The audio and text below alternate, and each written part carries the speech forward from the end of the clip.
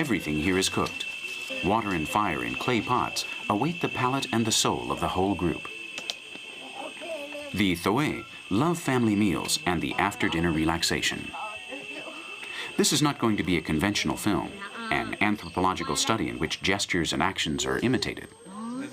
No, it's merely the results of 2 months of living together among human beings who know nothing of our world, of the other side of the shore, with no intentions of translating anything, but just enjoying their presence and sharing our passion for life, the same passion that they have felt for thousands of years in this unknown and hidden Amazon. We're talking about a community of barely 200 people according to our data, but a community capable of existing without harming nature, something that our society has forgotten. That fascinates us and makes them enviable. The Zoe have no need for us. They're happy, unhappy, depending on the day and the trials of each individual. They're humanly contradictory, and like other villages of the Amazon, have had to deal with accusations such as cannibalism, stemming from images like this one, in which an explorer or a missionary naively chose to see human flesh instead of monkey meat.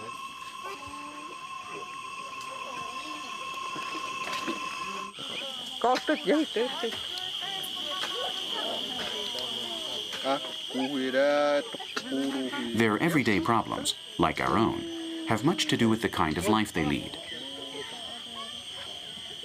Boy is hurt and angry today. Hunting is not an easy task. The jungle always takes its toll. He's returned to his home full of ticks, and his family hurries to attend him. A few of his children, and Toton and Yirosi, his wives, attack the 4 cardinal points of his well-formed anatomy. They love him, and they don't want him to suffer. Ouch, that hurts. These mites don't respect anything.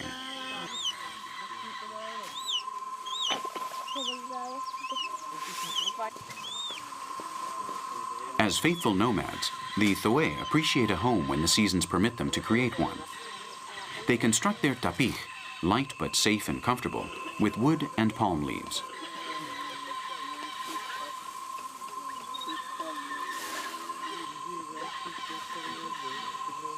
Various people with no strict family ties will live under this new roof. This house is being built by this elderly woman and her young husband, among others, but it will be ready this very afternoon to give shelter to friends and family members.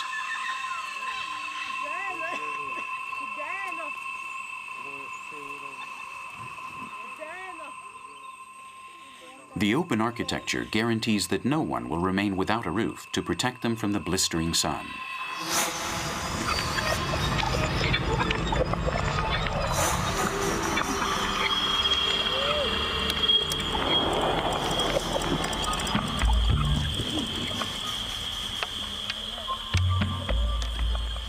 When did the first Zoe arrive here?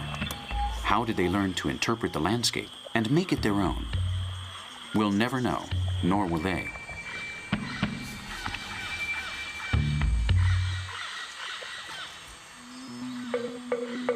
They live in Eden, surrounded by untouched nature, and their beliefs are also inspired by Mother Earth. They don't have a fixed god identified and idolized, but they do have animals and plants that are important to their spiritual lives.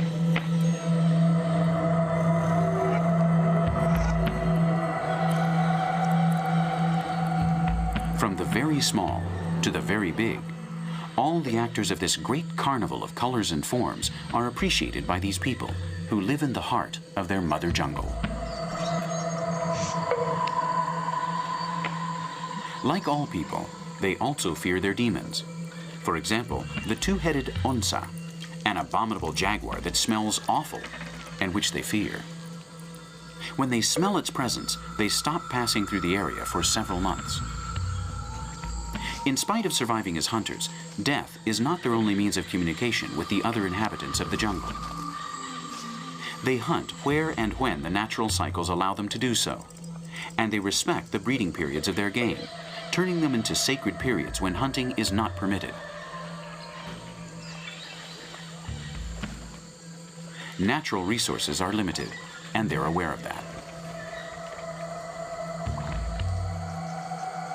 They never settle near rivers, whose banks are inhabited by supernatural beings such as this freshwater crab, which they call wahau.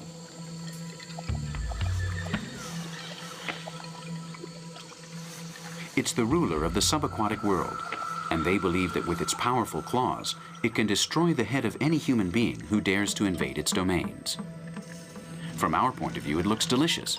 It could be an exquisite dish, but a Thoe would never dare to eat it.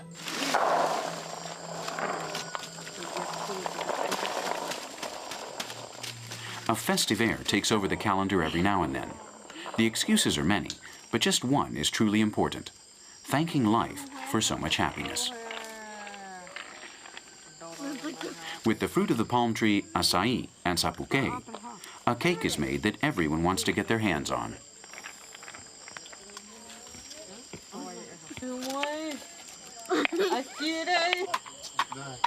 Acai, and not petroleum, is the black gold in the Amazon.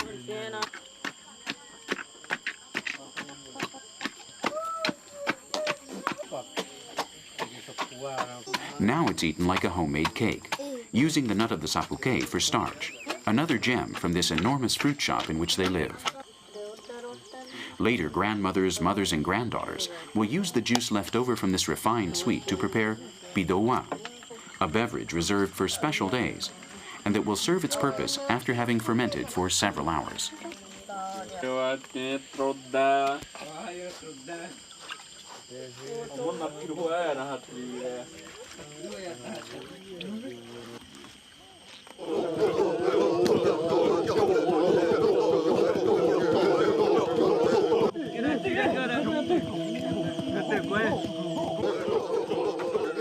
The party begins at dusk, and children and adults begin to dance in honor of the dead and of the earth that shelters them.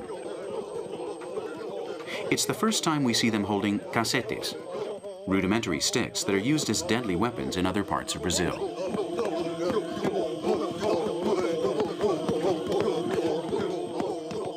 These enormous men shouldn't frighten us. They're just sizing each other up. It's the men that make the ground tremble this afternoon, singing their yiyet, and the women that watch them, waiting to participate with their magic potions. There are no hallucinogenic drugs here.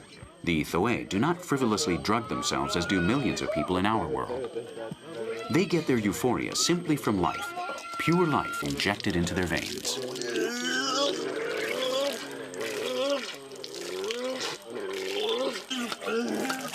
They drink bidoa, and they diligently purge themselves without losing control. It's convenient to cleanse the body on the inside every once in a while, and this beverage is extremely efficient. They don't vomit because they're drunk. They do so because they are purifying themselves. The women and children will also do it, but apart from this celebration. Mens sana in corpore sano, a rule that is strictly followed, and one that will permit them to sing their chants throughout the night until dawn.